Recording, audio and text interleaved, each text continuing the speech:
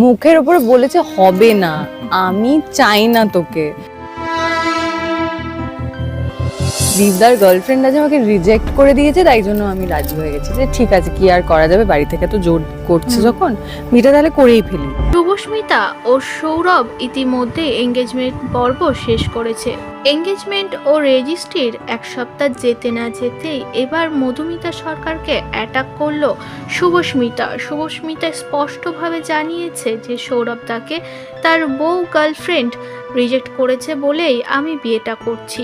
আসলে শুভস্মিতা টোন কেটে কথা বলেছে। তিনি জানিয়েছে মধুমিতা অনেক কিছুই করত, সৌরভ বারবার চেয়েও সে সংসারটা করতে পারেনি, কারণ মধুমিতাই চায়নি কখনো সৌরভের সঙ্গে সংসার করতে।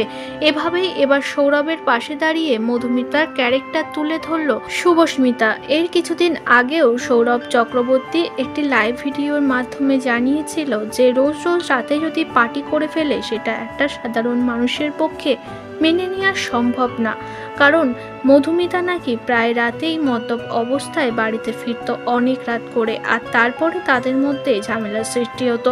অবশেষে দূরত্ব বাড়ে, তারপর তাদের বিচ্ছেদ। লেট নাইট পার্টি সেটা তো রোজ হলে খুব গন্ডগোলের, মানে সেটা তো তাহলে অ্যাডিকশন।